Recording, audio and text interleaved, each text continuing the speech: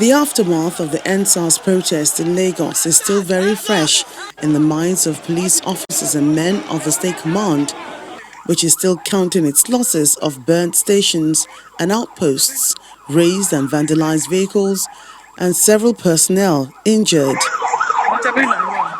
The focus of this gathering of police personnel from Lagos and Ogun State, called by the Assistant Inspector General of Police in charge of Zone 2, is a reassurance that the recent incidents have been pushed behind them and that they should be ready to forge ahead in their service to humanity while guarding against a recurrence.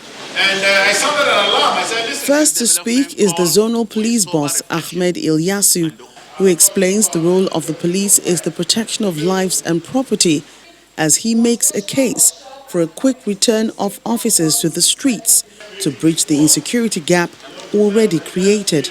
This development calls for a sober reflection and the urgent need to go back to the drawing board to first boost the already dampened spirit and morale of our officers and men and holistically partner and engage the members of the public, critical stakeholders and our traditional institutions in ensuring effective and efficient policing of our community in the renewed spirit of community policing.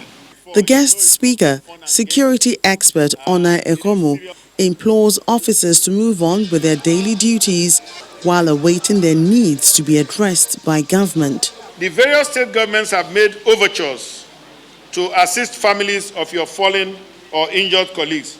Please go back to work to make your communities safe. Like we say, without security, nothing works. People in the community all over the nations to passionately appeal to Nigerian police to beg them, to appeal to them so that they can come back on life for their constitutional responsibility. If we, the public, can really appreciate the police the way they should be appreciated, things will not have been like this.